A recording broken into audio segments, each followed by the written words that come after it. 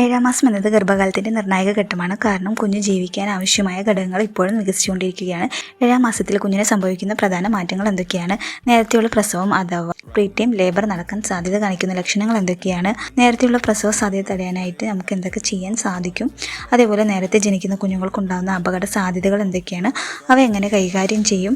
എപ്പോഴാണ് ഡോക്ടറുടെ അടുത്തേക്ക് പോകേണ്ടത് എന്നതിനെക്കുറിച്ചാണ് ഇന്നത്തെ വീഡിയോയിൽ നോക്കാൻ പോകുന്നത്.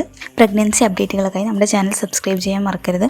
37 ആഴ്ചയ്ക്ക് മുമ്പ് പ്രസവം നടക്കുന്നതിനെയാണ് പ്രീടൈം ഡെലിവറിയായി കണക്കാക്കുന്നത്. 37 ആഴ്ചയ്ക്ക് മുമ്പ് തുടർച്ചയായി ഗർഭാശയം ചുരുങ്ങുകയും അതിനനുസരിച്ച് സർവിക്സിൽ മാറ്റങ്ങൾ സംഭവിക്കുമ്പോഴാണ് പ്രീടൈം ഡെലിവറി നടക്കുന്നത്. 7 മാസത്തിൽ നിങ്ങളുടെ കുഞ്ഞ് വേഗത്തിൽ വളരുകയും നിങ്ങളുടെ ശരീരം പ്രസവത്തിനായി തയ്യാറെടുക്കുകയും ചെയ്യുന്നു. ഈ സമയത്ത് പ്രീടൈം ലേബർ എന്നത് എല്ലാവരെയും ആശങ്കയാക്കുന്ന ഒരു കാര്യമാണ്.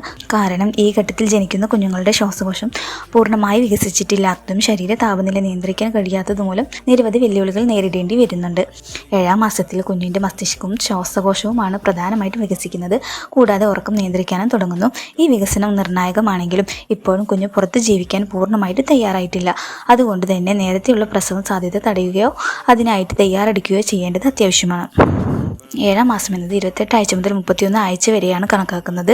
ഈ സമയത്ത് കുഞ്ഞിൻ്റെ ഭാരം എന്നത് ഏകദേശം 90 ഗ്രാം മുതൽ 1,300 കിലോ വരെ ആയിരിക്കാം. അടുത്തത് പ്രസവം അടുത്തു എന്നതിൻ്റെ ലക്ഷണങ്ങൾ എന്തൊക്കെയാണെന്ന് നോക്കാം. ഓരോ 10 മിനിറ്റ് കൂടുമ്പോഴും വയറിൽ കോൺട്രാക്ഷൻ അനുഭവപ്പെടുക, ഫ്ലൂയിഡ് ലീക്കാവുക അഥവാ വജിനയിൽ നിന്നും വെള്ളം പോലെയോ ഇളം മഞ്ഞ നിറത്തിലുള്ള വെള്ളം ഒഴുകുകയോ തുള്ളി തുള്ളിയായി വരികയാണെങ്കിലും ശ്രദ്ധിക്കുക. ഇത് അമ്നോയിറ്റിക് സെഞ്ചി പൊട്ടിയതിൻ്റെ സൂചനയാണ്. മാത്രമല്ല ഇത് അമ്മയിൽ അണുബാധയുടെ സാധ്യത വർദ്ധിപ്പിക്കുകയും ചെയ്യുന്നുണ്ട്. അടുത്തത് കുഞ്ഞ് താഴേക്ക് തള്ളുന്നത് പോലെ ഭാരമോ ബെൽവിക് പ്രഷറോ അനുഭവപ്പെടുക. അടുത്തത് സാധാരണ ഗർഭകാല നടുവേദനയിൽ നിന്നും വ്യത്യസ്തമായി തുടർച്ചയായും ശക്തിയായും വേദന അനുഭവപ്പെടുക.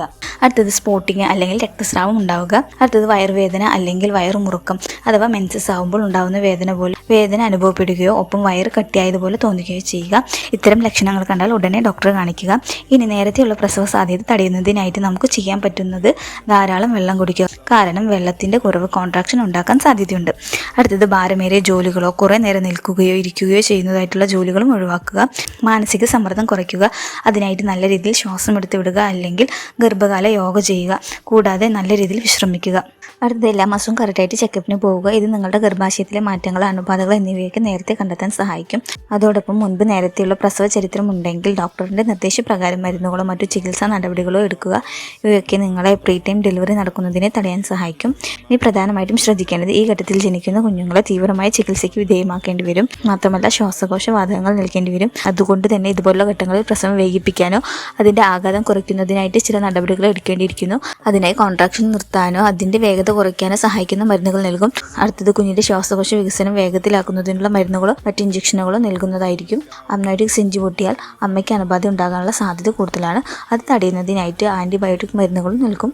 അപ്പോൾ 7 മാസം എന്നത് നിർണായക ഘട്ടമാണ്. അമ്മയും കുഞ്ഞും സേഫായിട്ടിരിക്കുന്നതിനും അപകട സാധ്യതകൾ നേരത്തെ മനസ്സിലാക്കുന്നതിനും അതിനനുസരിച്ച് നടപടികൾ സ്വീകരിക്കേണ്ടതും അത്യാവശ്യമാണ്. വീഡിയോ യൂസ്ഫുൾ ആണെങ്കിൽ ലൈക്ക് ചെയ്യാനും പ്രഗ്നൻസി അപ്ഡേറ്റുകൾക്കായി ചാനൽ സബ്സ്ക്രൈബ് ചെയ്യാനും മറക്കരുത്.